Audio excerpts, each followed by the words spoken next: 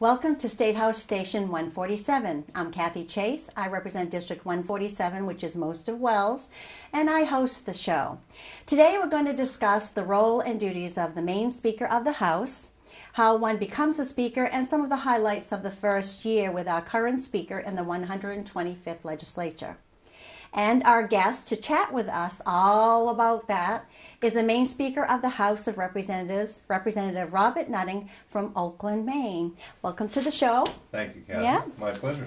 Okay. I know we're going to talk about the Speaker, but first let's talk about Representative Nutting. Why don't you give us some information about yourself, who you are, how long you've been in the legislature, and what towns you represent?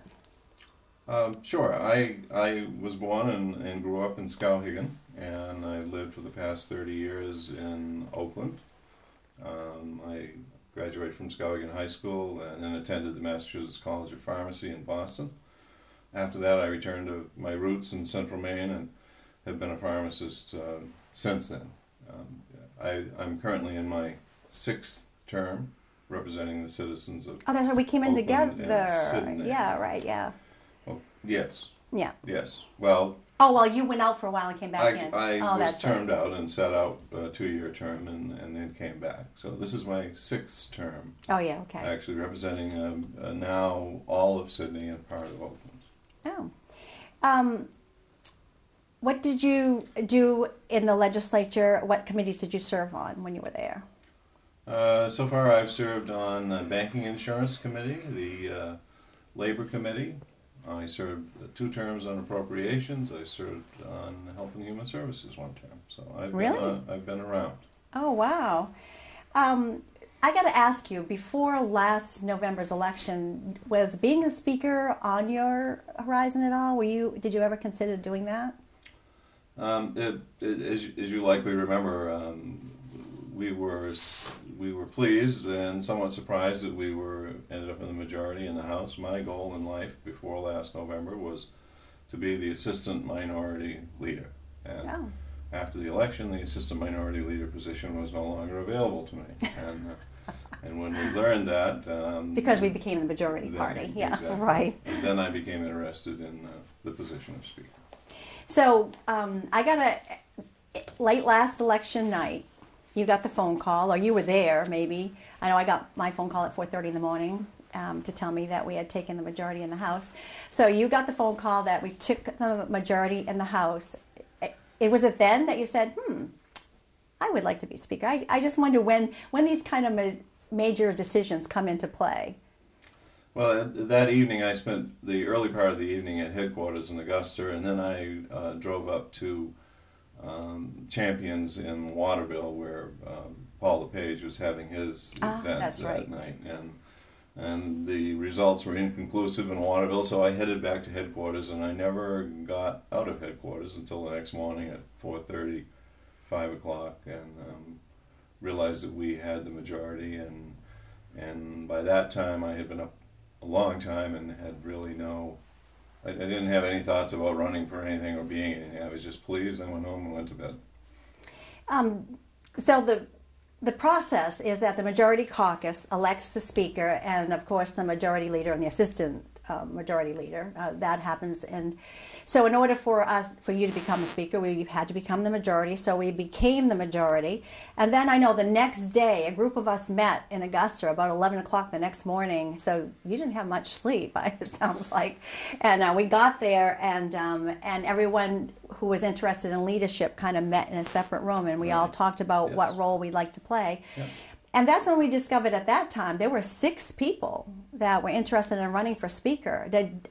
I thought that was being inexperienced probably at that point and that kind of thing, but did you think there was a lot of people that wanted to suddenly become Speaker of the House? 6 is a goodly number, but I wasn't really surprised because it was an opportunity that we had not had for 30 years or so. Yeah, so right. Everybody who had an interest most everybody who had an interest in being in leadership now had a new interest in being the Speaker. Right, which kind of made it exciting for everyone. It did. Well, our caucus met on November 12th, and that's when we were voting to choose the Speaker. Now, at that time on that day, I remember one other person pulled out. So I think we had 4 people that actually were going to be on the ballot for choosing. And because it was multiple, we actually had a different process of choosing. It wasn't just the top winner of the first round. Why don't you explain how that went? Originally, there were 6 people who were interested. Before that day, one person changed their mind, dropped out. That day, before the proceedings started, a second person dropped out, leaving us with 4. Right.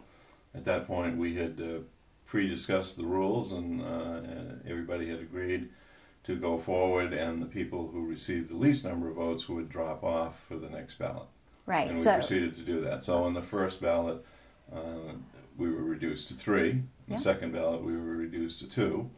On the third ballot, there were 2 people on the ballot, Representative Davis from Sangerville and myself, and we thought the third ballot would decide the election. And did it? Not exactly. We have 78 people in our Republican House caucus, and then the vote on the third ballot was 39 to 39. Yeah, that was when they came out and told us that at that point it was a tie. That was pretty stunning, and we're going, oh, how to have that happen now was what? yeah. Now what?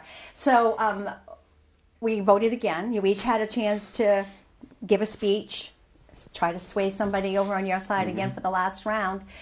And what would have happened had it not had it ended in a tie again? Well, let me back up for a second to before the final vote. We had previously discussed what would happen should there be a tie, believe it or not. And we had discussed that we might go out and take a couple of questions from the caucus. We might go out and give another minute or 2 worth of speeches, or something that we hadn't contemplated yet, really.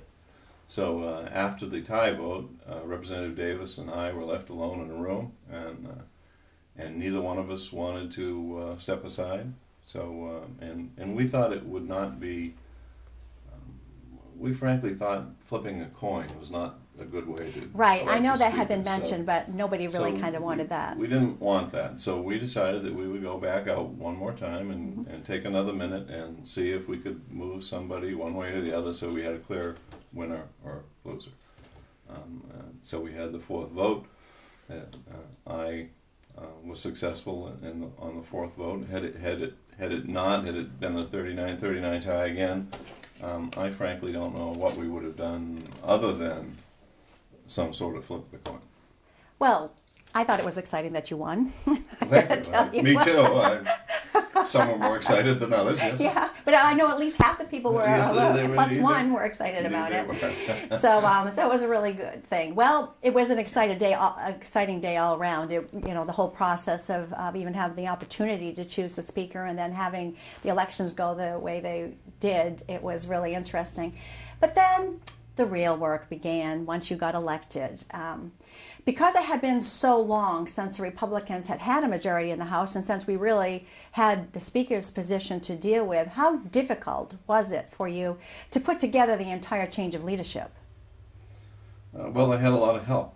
I mean, I had Representative Tardy, who had been the previous minority leader. I had past minority leaders that I had known from my previous 5 terms. I had people in the building that I had worked with for years. My current Chief of Staff, Allison Soucy, the current Clerk of the House, Heather Priest, who had been there as long as I had been there. So those are the people, in addition to Representative Curtis and Cushing, who were the new leader and assistant leader. They were the people that I turned to for help with the first task, which was assembling a team to work in the Speaker's office.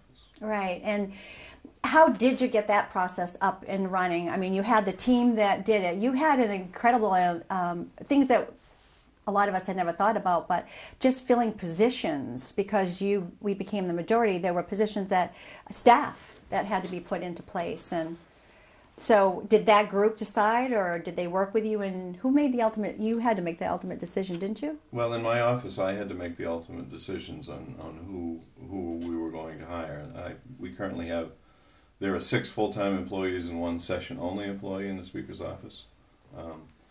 we used Allison's office in the old Republican office right. suite, and we used that with the one telephone and the one desk and the two chairs, and we crafted from that the team that I put together now, which I'm very proud of.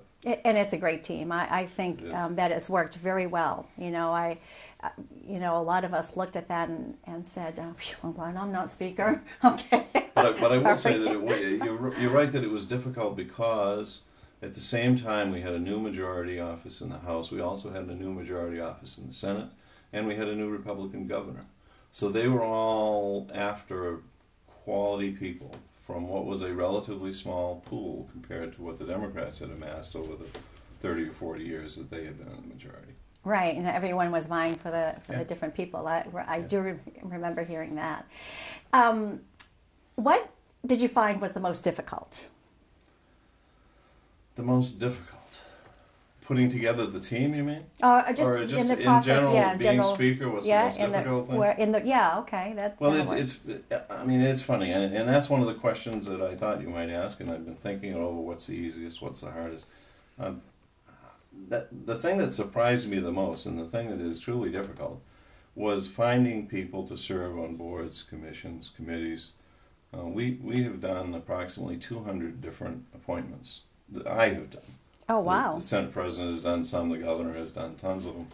I've had approximately 200 seats that needed to be filled, either with legislators or just average citizens from all around the state, all backgrounds, whether it's about LERC or about housing, and that frankly has been difficult. It takes a lot of time, and it was an aspect of the job that I didn't really see coming. Right, and I think that I didn't know that you had that many people that you had to appoint to. And it goes on still today. When I left the office today, I signed for 4 more people, and there will be more all the time that I'm the speaker.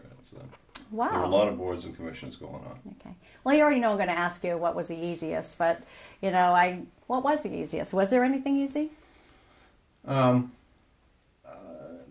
Again, those are the two hardest questions to answer. What's hardest and what's easiest? Yeah.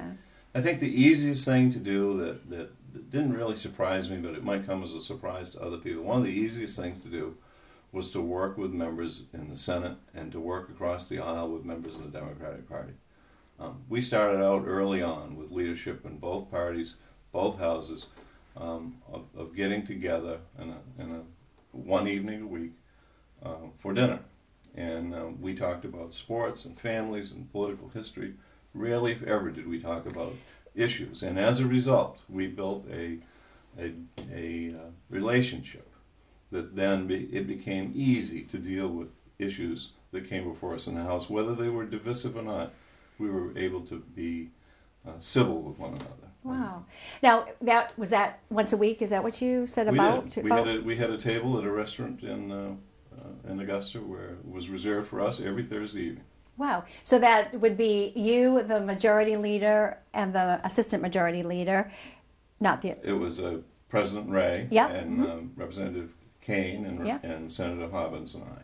Oh, very well. So it made life easy. Wow. And that was a great idea. Was that your idea? Yes. I honestly don't remember whose idea it was, but we all thought it was a good idea. It is a good idea. I know, just having dinner with friends that are Democrats, and we sit around and we say, why did you vote that way? And you find out, and they'll say, well, why did you vote this way?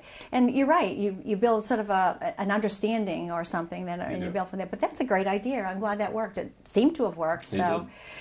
What are the specific duties as a speaker? What are the things that you are, as a speaker, have to do? You already mentioned the appointments to the boards, and what are some of the other things? Well, after we get our team together in the Speaker's office, the things that we do, in addition to what you see going on in session, where the Speaker maintains the decorum and gives everyone a chance to talk and not talk too long, but the other things we do are behind the scenes. We organize the chairs of the committees. And in fact, the Speaker chooses who serves on which of the 15 different committees.